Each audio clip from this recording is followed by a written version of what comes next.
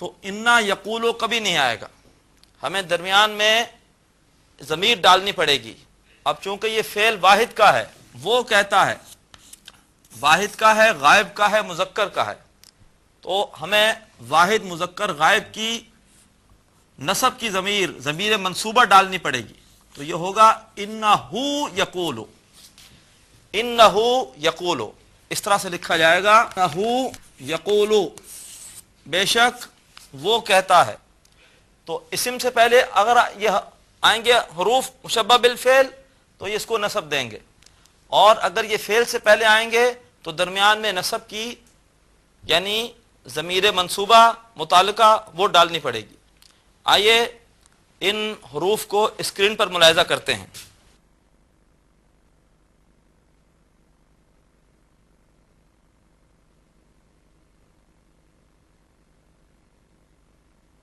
محترم ناظرین، حروف مشبہ بالفعل آپ نے ملاحظہ فرمائیے۔ اب آئیے صفحہ نمبر 9 پر، یہاں پہ اب کچھ مرکبات دیے ہوئے ہیں۔ دو یا دو سے زیادہ اسماء کا مجموعہ مرکب کہلاتا ہے، اور مرکب کی بنیادی طور پر دو قسمیں ہوتے ہیں۔ ایک ہوتا ہے مرکب ناقص، جس میں کوئی بات مکمل نہ ہو بلکہ ادھوری ہو، جیسے دو اسم ہیں، ایک ہے محمود، ایک ہے کتاب۔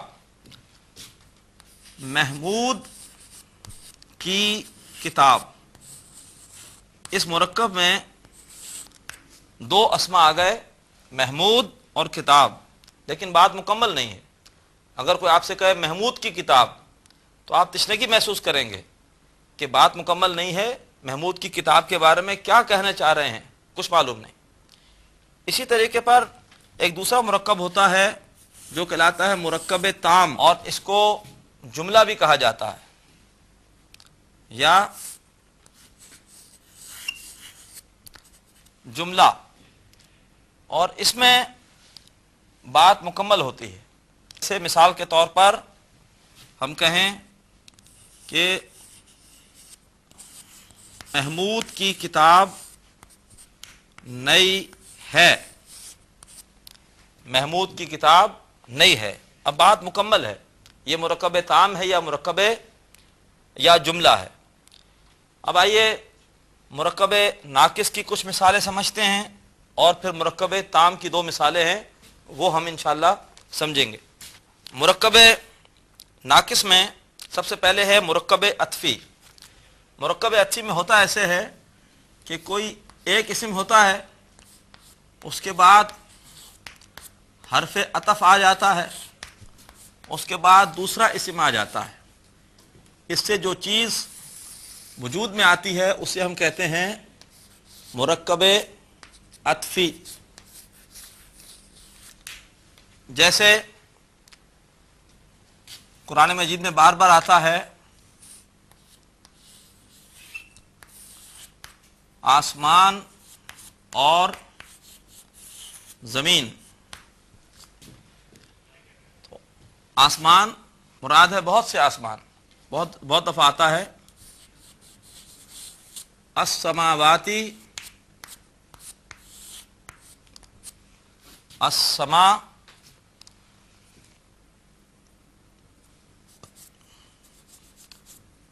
السماواتی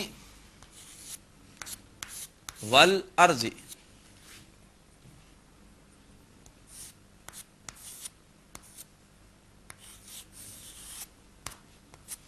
آسمان اور زمین، ایک اسم ہے آسمان اور دوسرا اسم ہے زمین، اور ان کے درمیان میں حرف عطف ہے واو، تو آسمان اور زمین یہ ہے مرکب عطفی۔ مثال کے طور پر ایسے کہا جائے کہ کتاب یا قلم، تو اب یہاں پر بھی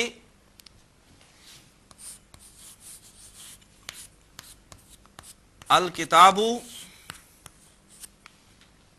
اور او القلم،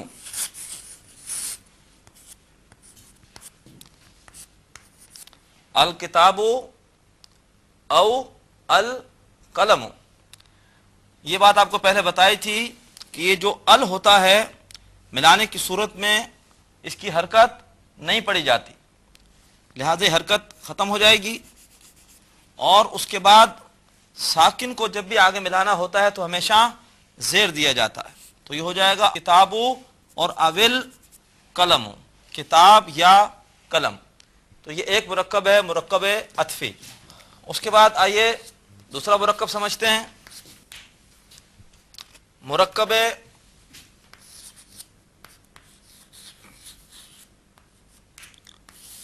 توصیفی.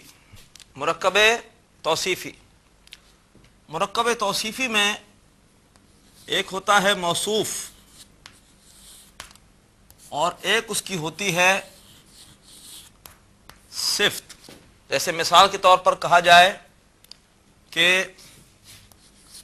واضح کتاب،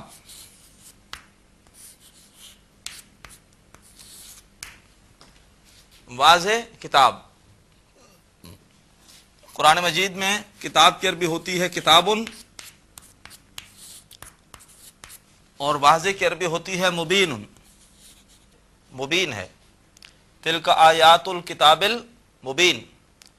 تو واضح کتاب، بلکہ عام طور پر جب ہم نکرہ کرتے ہیں تو ہم ایک ساتھ لگا دیا کرتے ہیں. ایک واضح کتاب کی عربی ہوگی کتاب مبین.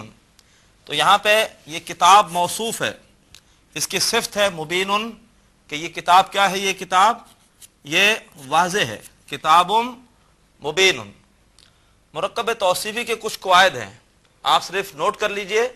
جب ہم قرآن مجید میں اس کی مثالیں پڑھیں گے تو وہاں ان کو زیادہ سمجھیں گے. اگر موصوف واحد ہے تو صفت بھی واحد آئے گی، اگر موصوف تثنیہ ہے تو صفت بھی تثنیہ آئے گی، اگر موصوف جمع ہے تو صفت بھی جمع آئے گی.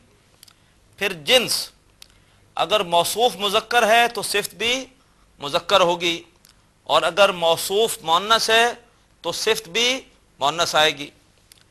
اسی طرح سے حالت، اگر موصوف رفع میں ہے تو صفت بھی رفع میں ہوگی، موصوف نصب میں ہے تو صفت بھی نصب میں ہوگی، اور اگر موصوف مؤنث ہے تو صفت بھی مؤنث آئے گی. اسی طرح سے حالت، اگر موصوف رفع میں ہے تو صفت بھی رفع میں ہوگی، موصوف نصب میں ہے تو صفت بھی نصب میں ہوگی، موصوف جر میں ہے تو صفت بھی جر میں ہوگی. اسی طرح سے قسم، قسم سے مراد ہے معرفہ یا نکرہ. اگر موصوف معرفہ ہے تو صفت معرفہ ہوگی، اگر موصوف نکرہ تو صفت نکرہ ہوگی. ایک ایکسیپشن ہے، اور وہ ہے اس کا دوسرا قاعدہ، اور وہ یہ ہے کہ اگر موصوف غیر عاقل کی جمع مکسر ہو، صفت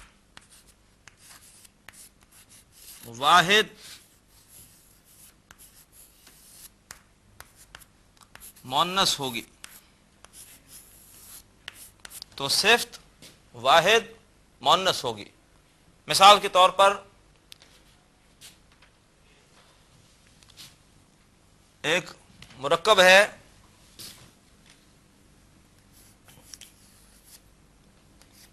کچھ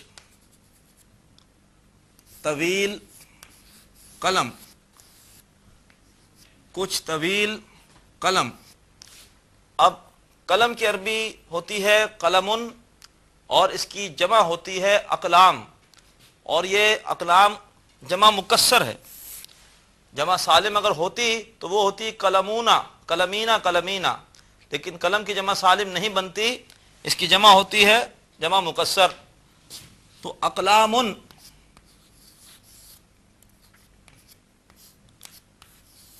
اقلامن، اور صفت اس کی اب آئے گی واحد مؤنث، لہذا وہ ہوگی واحد اور مؤنث. طویلتن، طویلتن، اقلامن طویلتن. غیر عاقل سے مراد ہے کہ 3 مخلوقات عاقل ہیں، انسان، جنات اور فرشتے، ان کے علاوہ تمام مخلوقات غیر عاقل ہیں۔ اقلام غیر عاقل کی جمع مکسر ہے، اس کی صفت آ گئی طویلتن۔ سورہ یوسف میں آتا ہے کہ حضرت یوسف علیہ السلام کے والد یعقوب علیہ السلام نے اپنے بیٹوں کو مشورہ دیا کہ جب تم مصر شہر میں داخل ہو تو داخل ہونا متفرق دروازوں سے، تو وہاں پہ الفاظ آئے ہیں ابواب متفرقتن، ابواب متفرقتن، بابن کی جمع ابواب اور اس کی صفت آئی ہے واحد مؤنث متفرقتن، کہ تم داخل ہونا جدا جدا دروازوں سے۔ اگر تم ایک ہی دروازے سے داخل ہوگے تو اس کی وجہ سے ممکن ہے کہ کوئی تم پر کوئی بری نگاہ ڈالے کہ یہ اتنے سارے نوجوان ایک ساتھ کس مقصد کے لیے آ رہے ہیں۔ تو ابواب متفرقتن، جدا جدا دروازے، تو یہ ہے مرکب توصیفی۔ ہم نے صرف اس کا تعارف پڑھا ہے، انشاءاللہ مزید اس کو آپ اس وقت سمجھیں گے جب کہ ہم قرآن مجید سے ترجمہ کر کے اور مرکب توصیفی کی مثالیں لے رہے ہوں گے۔ اس کے بعد مرکب اضافی۔ مرکب اضافی ایک ایسا مرکب ہے کہ جس میں ایک اسم کی نسبت دوسرے اسم کی طرف کی جاتی ہے۔ جیسے مثال کے طور پر ہم کہیں کہ اللہ کی رحمت، اللہ کی رحمت، اب یہاں پہ کی نسبت کی جا رہی ہے اللہ کی طرف۔ اللہ جس کی طرف نسبت کی جاتی ہے اسے کہا جاتا ہے مضاف الیہ،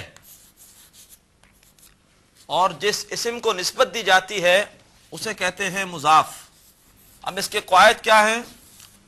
نمبر 1، عربی میں مضاف پہلے اور مضاف الیہ بعد میں آتا ہے، یہ پہلا قاعدہ ہے، نمبر 1۔ نمبر 2، مضاف خفیف ہوتا ہے۔ یہ سمجھیں گے خفیف سے مراد کیا ہے؟ مضاف خفیف ہوتا ہے۔ نمبر 3، مضاف الیہ پر جر کا اعراب آتا ہے۔ یہ 3 اس کے قاعدے ہیں، مضاف پہلے، مضاف الیہ بعد میں، مضاف خفیف ہوتا ہے، مضاف الیہ پر جر کا اعراب آتا ہے۔ اور ایک چوتھی بات بھی ہے کہ مضاف پر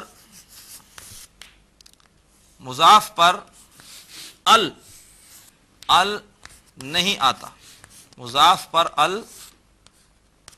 نہیں آتا۔ اب آئیے سمجھیے خفیف کو۔ خفیف اصل میں کہتے ہیں جب کہ ہم کسی اسم پر نون کی آواز کو نکال دیں۔ مثلا کافرن،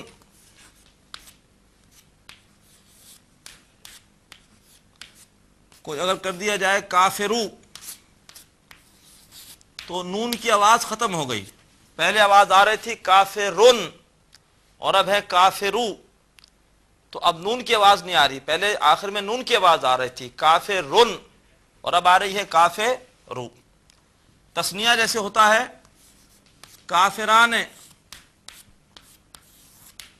اور آپ اسے کر دیں کافرہ، تو نون کی آواز نکل گئی، خفیف ہو گیا۔ اسی طریقے پر کافرون، اسے ہم کر دیں کافرو، تو نون کی آواز نکل گئی۔ تو خفیف کا مطلب ہوا کہ تنوین کو ختم کر کے حرکت ایک کر دی جائے، یا تسنیہ یا جمع کا نون گرا دیا جائے، اسے کہتے ہیں نون اعرابی۔ تو نون اعرابی گرا دیا جائے یا تنوین کو ختم کر کے ایک حرکت کر دی جائے تو یہ خفیف ہو گیا۔ تو مضاف پر تنوین کبھی نہیں آئے گی، وہ خفیف ہوگا، اور مضاف میں سے نون اعرابی کو ہم گرا دیتے ہیں۔ ایک مثال کر کے ہم آج کی کلاس مکمل کریں گے۔ اللہ کی رحمت، اب دیکھیں یہاں پہ مضاف الیہ اللہ ہے اور مضاف رحمت ہے، ترجمہ کریں گے ترتیب الٹ کر، مضاف پہلے آئے گا، مضاف الیہ بعد میں، تو رحمتو. اب دیکھیے رحمتن نہیں ہوگا، مضاف خفیف ہوتا ہے، نون کی آواز نہیں آئے گی، رحمتو. تو پہلا قاعدہ کہ ہم مضاف پہلے لائے اور مضاف الیہ بعد میں، ہم نے مضاف کو خفیف رکھا. اس کے بعد مضاف الیہ پر جر کا اعراب آتا ہے، رحمت اللہ ہی، ہم اس پہ جر کا اعراب لائے. مضاف پر ال نہیں آتا، ہم نے مضاف پہ ال نہیں لگایا. رحمت اللہ ہی، اللہ کی رحمت، عذاب اللہ ہی، اللہ کا عذاب، یوم القیامتی، قیامت کا دن. تو یہ ہے مرکب اضافی. الحمدللہ کہ آج ہم نے مرکبات میں سے کچھ مرکب پڑھے ہیں، مرکب عطفی، مرکب توصیفی اور مرکب اضافی. انشاءاللہ یہ سلسلہ ہمارا مرکبات کو پڑھنے کا آئندہ کلاس میں بھی جاری رہے گا. اللہ تعالیٰ قرآن سیکھنے کی اس کوشش میں مدد فرمائے اور ہمارے لیے اس پورے کام کو سہل فرمائے. وآخر دعوانا ان الحمدللہ رب العالمین. اللہ حافظ.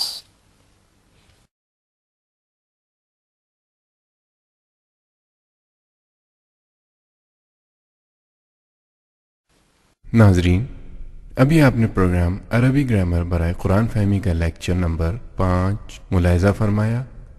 اب آپ کے سامنے اس لیکچر سے متعلق سوالات پیش کیے جا رہے ہیں. ان سوالات کے صحیح جواب دینے والے ناظرین کو کیو ٹی وی کی جانب سے کورس کے اختتام پر سرٹیفکیٹس دیے جائیں گے. سوالات یہ ہیں: حروف مشبہ بالفعل جملہ اسمیہ میں ڈیش کو حالت نصب دیتے ہیں. اے مبتدا، بی خبر، سی مضاف. سوال نمبر 2، موصوف غیر عاقل کی جمع مکسر ہو تو صفت ڈیش ہوتی ہے. اے بی جمع مکسر، بی جمع، سی واحد مؤنث. سوال نمبر 3، مضاف ہمیشہ ڈیش ہوتا ہے. اے منصوب، بی خفیف، سی مجرور.